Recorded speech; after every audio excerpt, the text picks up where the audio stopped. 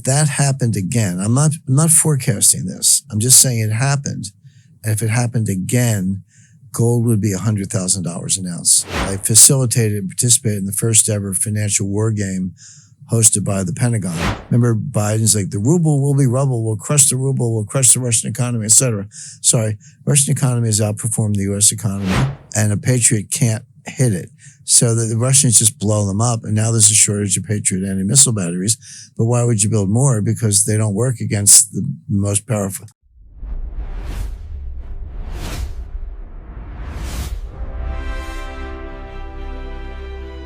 All right, gold headed toward 5,000 any day now, probably. And what's going on with the price? Check my watch. Maybe right. Maybe as we're speaking. I don't know. I don't even know the price of gold right now. But it was. I checked the ticker before we sat down. It was over 4,800, but it was like going strong for the top, as they say. So I expect it to be 5,000. So why is it? Like, what's going on? There are a couple of things going on. One, and this goes back to 2010, but gold's been going up. Pretty steadily in recent years. Central banks flipped from net sellers to net buyers. So from 1970 to 2010, central banks were net sellers. U.S. dumped 1,000 tons in the 70s. UK sold a third of the gold at the bottom. It was $250 an ounce. That's when they sold. Nice going. The Swiss sold 1,000 tons in the early 2000s. The IMF sold 400 tons in 2010, and that was it. Then, since then, central banks have switched to net buyers. Now, it's not all the same central banks. The buyers are Russia, China, Vietnam, Japan, Iran. They're non-transparent, probably illegal, but Iran's a buyer. Turkey's a big buyer, Brazil, etc. So, but mining output has been flat. It's not collapsing. I'm not saying peak gold, but it's been constant at about 4,000 tons a year. Little fluctuations, but not big ones. Well, first week of economics, 101, if supply is constant, demand is going up, the price is going to go up. That's how the market adjusts. So, and that makes it very interesting for a gold investor because no guarantees, but when you have a dedicated buyer and a smart buyer, meaning they I hate to use cliches, but they'll buy the dips. Central banks don't want to disrupt the market, but they want to keep buying.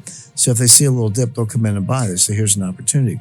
Well, you're putting an informal floor under the price of gold. Support, yeah. Right. So that's what I call an asymmetric trade. You have limited downside and unlimited upside. Those are the best kinds of trades because you don't automatically make money, but you have a chance to make a lot of money, but your risk of loss is relatively low because of the central bank. So that plus the supply demand equation and flat supply give the gold market a really good foundation. By itself, that will not send gold to the moon, but it does give it a really solid foundation. Now, what else is going on? At the beginning of the war in Ukraine, so the Russian special military operation, February 2022, President Biden piled on all these sanctions on Russia, and they kept going. But one of the things they did that's a big deal, they froze, there were $200 billion of Russian assets that were on deposit in a place called Euroclear in Brussels.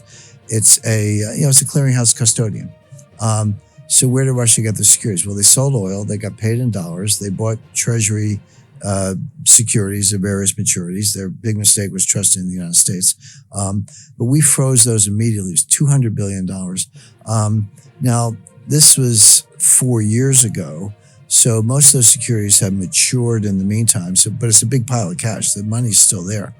Now, the EU and NATO, the US has been a little bit involved. They got this cockamamie scheme where they want to borrow, $100 billion or more on the bond market, give the money to Ukraine to fight the Russians, and collateralize the loan with these frozen Russian assets that I described.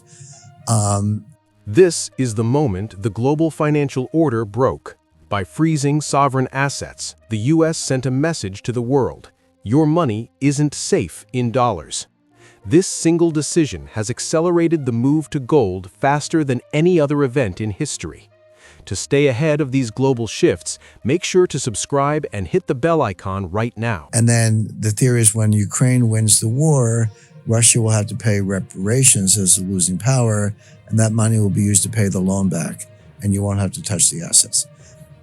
That's the plan. But everything I said about it is completely wrong. Russia's not going to lose the war. They're going to win the war. Russia's not going to pay reparations. They're going to extract wealth from Ukraine. The loan's going to go into default. And you're going to have to turn to the assets and steal them, in effect, to pay the bondholders. Now, that hasn't happened yet, but it's just in the air. But the rest of the world is watching.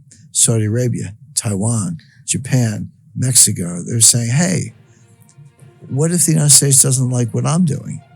Are they going to freeze my assets? And so this has caused a move away from treasuries. Now, to be clear, they're not dumping all their treasuries, but at the margin, as they add reserves or as old treasuries mature, they're buying gold. So the effort to freeze and steal the Russian assets has given a reason to countries around the world to say, well, what else are you going to do? And the problem is there aren't many alternatives. Like if you don't like treasuries, do you want to buy Italian debt, Japanese debt, German, maybe? Those markets aren't that big, by the way. They're Italy, Japan, and Germany are like the second, third, and fourth largest sovereign debt markets after the United States, but they're nowhere close to what the United States has.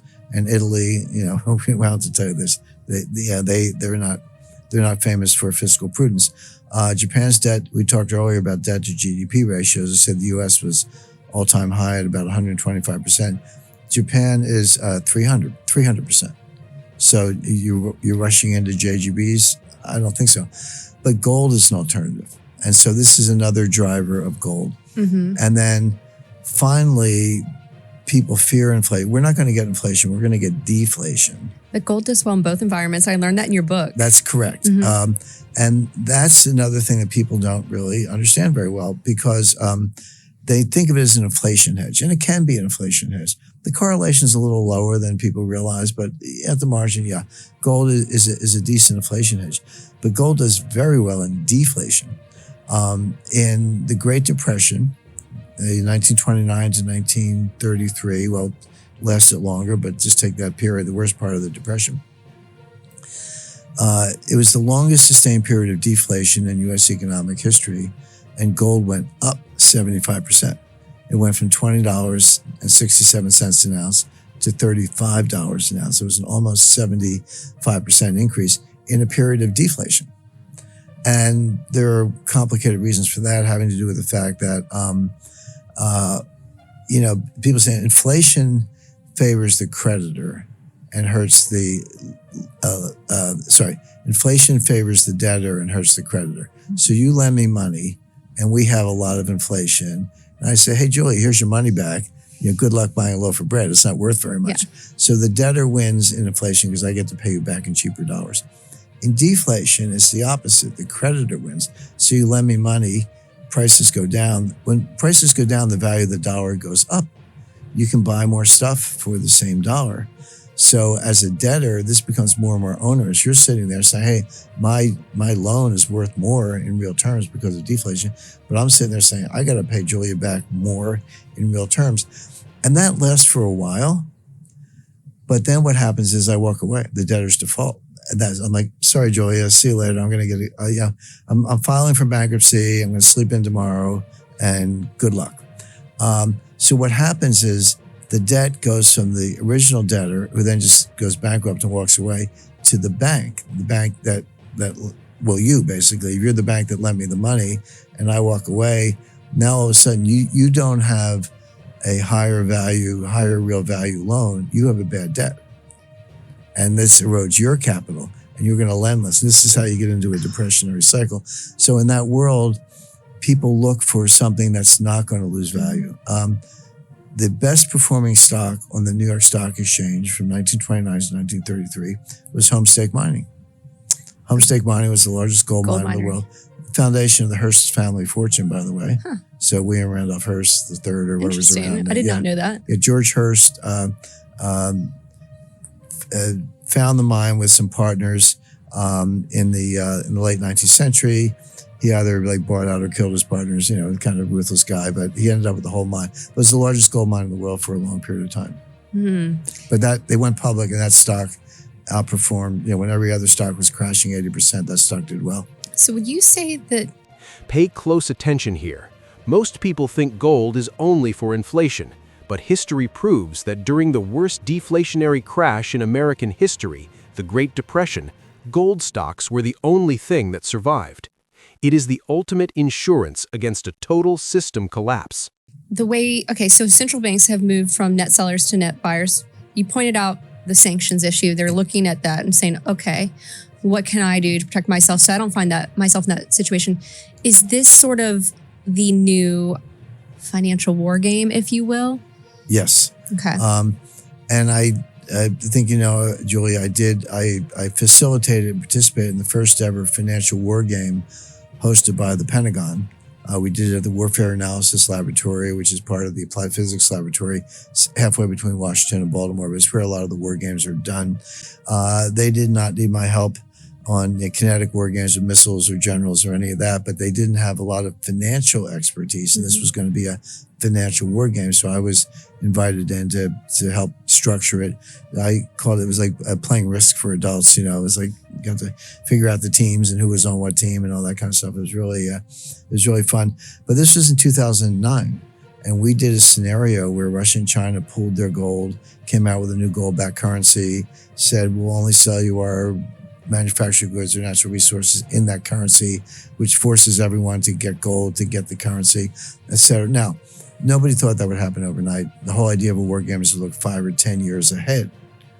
And we did. And actually, Secretary Gates, Robert Gates, who was Secretary of Defense at the time, looked at the results and said, nice going. You people did a really good job on this. But my point is, when me and a friend of mine and a couple others, we proposed this in the middle of the war game, we were ridiculed. People laughed at the Harvard professor types and the think tank types, like, you're wasting our time. Why are you talking about gold? Gold's not money. It plays no role in the financial system, et cetera. And we're like, let's bear with it. Let's see how it plays out. Since then, this is 2009. In 2009, Russia had 600 metric tons of gold. Today, they have about 2,800 metric tons. China had 600 metric tons. They also have close to 3,000 metric tons, probably more that they haven't disclosed, maybe double that amount, but at least 3,000 on the books. In other words, Russia and China have done in the last 17 years, they've done exactly what we told the Pentagon they would do at the time, which is they've accumulated gold. And by the way, why we talked about sanctions on Russia and freezing these assets. Why is the Russian ruble stronger today than it was when the war started in 2022? Remember, Biden's like, the ruble will be rubble, we'll crush the ruble, we'll crush the Russian economy, et cetera. Sorry, Russian economy has outperformed the U.S. economy. The Russian ruble is stronger today than it was in 2022. Russia's financially sound. How did they do that? Well, going back to what I said, going back to 2009, the head of the Russian central bank is a lady named Elvira Nabiullina. And I always say she's the only central banker in the world who understands her job. But she put 25% of Russia's reserves in gold, physical bullion stored in Russia. So at the time, meaning 2022, Russia had about $600 billion in reserves. But $150 billion of that, or 25%, was in solid physical gold bullion. And the U.S. couldn't steal that. We couldn't freeze it because you can't freeze physical bullion. It's there. And so that gave the world a lot of confidence. Like, yeah, okay, you froze Russia's U.S. treasuries, but you got gold and you have other assets and you have natural resources. So they were financially sound. And the irony is that the sanctions, including freezing the Russian assets, are part of what drove the world to buy more gold. And Russia has made more money on their gold reserves than they lost on the treasuries. That is an irony. They've made over $200 billion mark-to-market profits on the gold, while we're stealing $200 billion in treasuries. They've made more than that on gold. But the U.S. caused it by creating doubt in the treasury market, which says, okay, well, then I'll buy some gold. So again, as you said earlier, it's all connected. Wow. Okay, so gold today, it's still early innings, I take it. I mean, you wrote... Think about the irony. The sanctions designed to crush Russia actually made them richer because they switched to physical gold. This wasn't a guess. Rickards simulated this exact scenario at the Pentagon over 15 years ago, and Washington ignored the warning. The book came out 10 years ago? 2016, yeah. Goodness, yeah, quite prescient. Where do you see, I guess when you look at the trajectory of gold, where do you see it headed? And I take it still, even though we're talking about it a lot, this channel, the folks love gold on this channel, so they're probably pretty happy sitting at home. But still early innings, you think? Yes, gold is going to go a lot higher. And I get a form of that question a lot, Julia, because people say, hey, Jim, you said to buy gold when it was 1,200 or 1,300. I should have listened to you. I didn't. It's getting close to 5,000. I missed the boat. And my answer is, no, you missed $3,000 or $4,000, but you didn't miss the boat. This has much further to run. And it's not a top. It's somewhere near a top. And it's going to go, well, I can easily see it going to $10,000, but that's not even a stretch. That's pretty straightforward.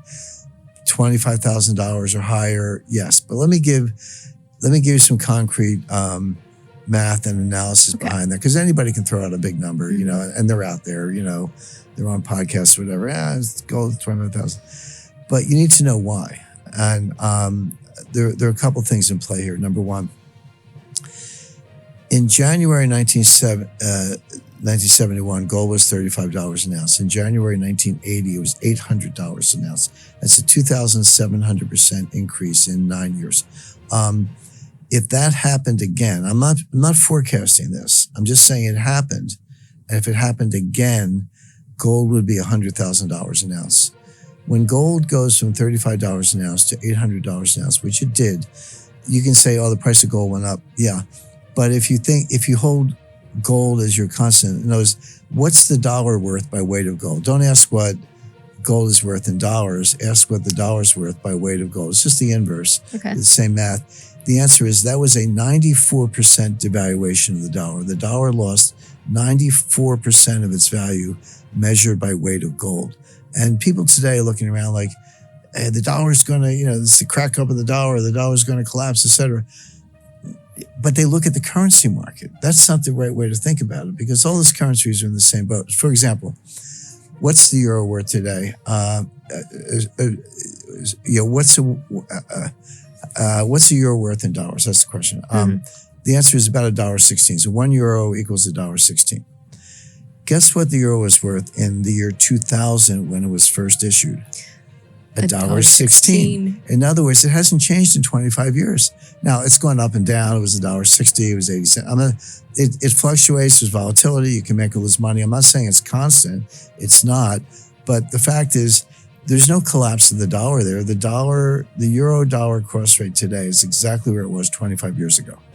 That's not where you're going to see the collapse. It's not going to be in the currency market. It's going to be in the gold market. And so when people say the price of gold goes up, I get it. But, if you have a gold coin, you put it in a drawer and you close it and you go away for a year and you come back and you open the drawer, it's still a gold coin. It didn't multiply. It didn't do anything. The gold is the constant. It's the value of the dollar that's going down. Okay. So when the dollar price of gold goes up, the way I think about it, the U.S. dollar is collapsing. The purchasing power of it. Of the dollar in terms of weight of gold. Oh, that's the right way to think about it. That is so fascinating. Okay. So with that in mind, using that as a metric, when did the dollar collapse? So in the 1970s, in gold, it lost about 94% of its value. If that happened again, I'm not saying it will, but if it does, gold would be $100,000 an ounce. So if I say $100,000 an ounce, people are like, oh, Jim, you're crazy. What are you talking about? And my answer is, it happened before. Right. Okay. Now, there's another phenomena, a little more down to earth, and we'll tap into behavioral psychology. Because in behavioral psychology, there's a big science, Daniel Kahneman and Tversky and Dan Ariely and a few other leaders in this field. And they've identified a whole list of biases. We're just human. We have biases and instincts, and we can't get rid of them, but it's good to know what they are. But one of them is called anchoring. And anchoring means we get a number in our head, we get an idea in our head, and we can't get rid of it, and we begin to filter everything we see through that idea. That affects everything we think. So as applied to gold. So let's just say you have 50 ounces of gold, and it goes up $1,000 an ounce. you just made $50,000. I mean, that's real. It goes up another $1,000 an ounce. You just made another $50,000, and so on. Every time it goes up $1,000 an ounce, you made another $50,000. Well, but you kind of get anchored on the $1,000 jump and the 50 ounces and the $50,000. But what people lose sight of is that each $1,000 leap is easier than the one before, a lot easier. So, for example, when gold went from $2,000 an ounce to $3,000 an ounce, that's a 50% increase. That's a heavy lift. And from 3,000 to 4,000, that's a 33% increase. That's still a big lift. Now we're at 5,000. But when you go from 9,000 to 10,000, that's only 11% because you're working off a much higher base. I see what you mean, yeah. And when you go from 19,000 to 20,000, that's only a little over 5%. So the point being, these $1,000 leaps get easier because you're working off a higher. This is a psychological trap called anchoring. We think a $1,000 jump is huge, but at these price levels, it's just a small percentage. Once the psychological barrier breaks, the move from 5,000 to 10,000 will happen much faster than anyone expects. So what's going to happen? Gold's, it's made its way to 5,000, not quite there yet, but it'll be there, very shortly. And it's going to, take a while to get to 6, but it's going to go 7, 8, 9, 10 really fast for the reason I just mentioned. And also, you probably have to be prepared too. Like you learned this from Jim Rogers too, of like, I don't know when you guys had your conversation, but you have to be okay with like it falling too. Right? Is that still the case? Like you have to. Well, you always have to be okay with things falling, and it is volatile, you can make money or lose money. There's no question about it. Except it does have this asymmetric quality I described. Oh, because of the central banks now. Central bank. So this conversation was probably before the flip, This was around the same time. We talked about this in, it was around 2011 or so. When gold it kind of peaked in August of 2011. Gold peaked in August 2011. That's when I bought gold for the first time. Well, that's okay. You're still in the money. Yeah. But there's a conversation I had. We were in the Dominican Republic at Casa de Campo with Jim Rogers, who was George Soros' original partner, but Jim went his own way. Generally regarded as the greatest commodity trader and a friend of your show also. So, but what Jim told me was, he said, Jim, gold's going to the moon. I own it. I like it. I'm keeping it. But no commodity goes to the moon without a 50% retracement along the way. Somewhere along the way on that path, you're going to lose 50%. And then it'll have a new base, and then it'll go up from there, to the moon as he described it. Well, around that time, gold was $1,900 an ounce. That was August 2011. That was the previous high. Now you have to pick your base, but I chose a base of $250 an ounce, which was the low in 1999. Okay. So when you use $250 as a base and $1,900 as a top, what's a 50% drawdown? It's about $1,000. Like that's you come down, you get to about $1,000. Well, that's where gold bottomed in August 2015. It was 1050. Got it. So in other words, going from 1900 to 1050, that was the 50% drawdown that Jim predicted, and he said, but that's behind us. So yes, you do have a 50% drawdown, but we had it. And now you have the floor, which is the central banks even looking for the dips to come in and buy more. Correct. Fascinating. Okay. Real quick though, you were saying you have to understand the price of gold being denominated in dollars, like that the purchasing power of the dollars, right? Like the decline that you see. How do you extrapolate that to other assets? Do you look at the stock market from the valuation of like where gold is? Like does it apply to other assets?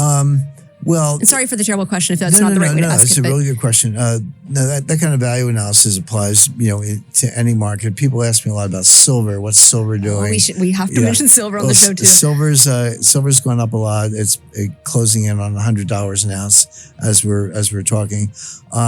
Silver's a little more difficult to analyze, and the reason is it is a precious metal, and it is scarce, but it's also an industrial input. It's used in electronics, catalytic converters, defense contract. It's used in a lot of things.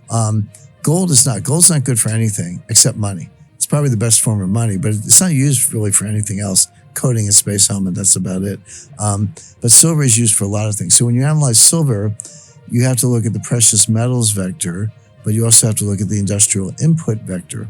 Now, right now, they're both pointing up. The precious metal is tagging along with gold. I say that there's no way that gold is going to 10,000 and silver is not going to 200 or higher. It's along for the ride. But you could have a headwind if the industrial economy were collapsing and the input factor was going down. That could drag the price of silver down. But that's not happening. I think we're probably in for a recession, higher unemployment. I think the economy is slowing, but the particular things that silver is used for are not slowing. It's big in defense contracting. Mm-hmm. So if you say, let's say, Jim, we have a recession and the stock market, crashes down 20, 30, 40%, which could happen. I think it probably will happen. It doesn't mean every single stock goes down. It means the index goes down. Yeah. But as in the Great Depression with homestake mining, where at least one stock went up. Right. So I would expect defense contractors will perform well even in a bear market. Interesting. Because we've wasted so much on Ukraine, and Russia's running rings around us. They have the Oreshnik missile, hypersonic missiles, better drone technology, GPS jamming. They've been, we send these Patriot anti-missile batteries to Ukraine. They're $1 billion a piece, by the way, because like 7 or 8 trucks and vehicles and radars and a lot of computers, a lot of components. But Russia blows them up with these hypersonic missiles. A Patriot anti-missile cannot hit a hypersonic missile. It can hit a cruise missile. They go about 500 miles an hour. But a hypersonic missile goes 10,000 miles per hour. And a Patriot can't hit it. So the Russians just blow them up. And now there's a shortage of Patriot anti-missile batteries. This is terrifying for U.S. defense. We are spending billions on obsolete tech like the Patriot system, while our adversaries have hypersonic dominance.